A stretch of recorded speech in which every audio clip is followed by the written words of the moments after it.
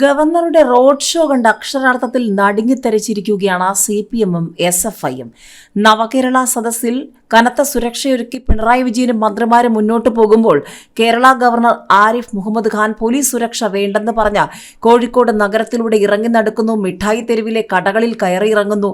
ആൾക്കാരോട് കുശലാന്വേഷണം ചോദിക്കുന്നു, സെൽഫി എടുക്കുന്നു. ആൾക്കാർ ഗവർണറെ കാണുന്നു, സെൽഫി എടുക്കുന്നു, കുശലാന്വേഷണം ചോദിക്കുന്നു, കുട്ടികളെ എടുക്കുന്നു. നാട്ടുകാരോടും കുശലം പറഞ്ഞ് സെൽഫിയൊക്കെ എടുത്ത് ആഘോഷമാക്കി ഗവർണർ പരസ്യമായി തന്നെ പ്രഖ്യാപനം നടത്തിയിരിക്കുകയാണ്. വെറുമൊരു മോർണിംഗ് വാക്കല്ല ഗവർണർ നടത്തിയതെന്ന് അടിവരയിട്ട് വ്യക്തമാക്കി കൊടുക്കുകയാണ് CPM-നും SFI-ക്കും. പോലീസ് സുരക്ഷ വേണ്ടെന്ന് പറഞ്ഞുകൊണ്ട് ഗവർണർ ഇത്തരത്തിൽ ഒരു റോഡ് ഷോ നടത്തുന്നതിലൂടെ കൃത്യമായ രാഷ്ട്രീയ സന്ദേശം തന്നെയാണോ ഗവർണർ നൽകുന്നത് എന്ന ചോദ്യമാണ് ഇപ്പോൾ ഉയർന്നത്. ഏതായാലും ഹൈക്കോടതി അതിശക്തമായി തന്നെ നിലപാട് പറഞ്ഞ ചക്കുവള്ളിയിലെ നവകേരള സദസ്സ് ഇപ്പോൾ ചക്കുവള്ളിയിൽ മുഖ്യമന്ത്രി പിണറായി വിജയനായി ഗണപതി ഹോമം എന്ന വാർത്തകളും ചർച്ചയാവുകയാണ്.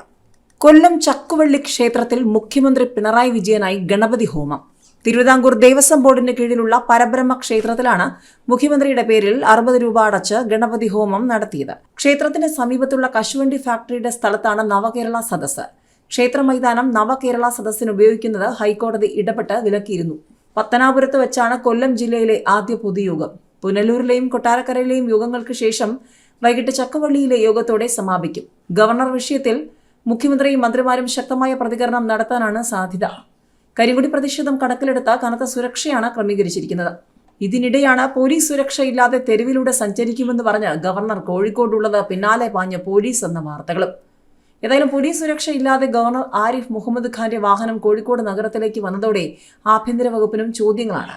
തനിക്ക് പോലീസ് സുരക്ഷ ആവശ്യമില്ലെന്ന് കാലിക്കറ്റ് സർവകലാശാല ക്യാമ്പസിൽ വെച്ച് അദ്ദേഹം പറഞ്ഞിരുന്നു.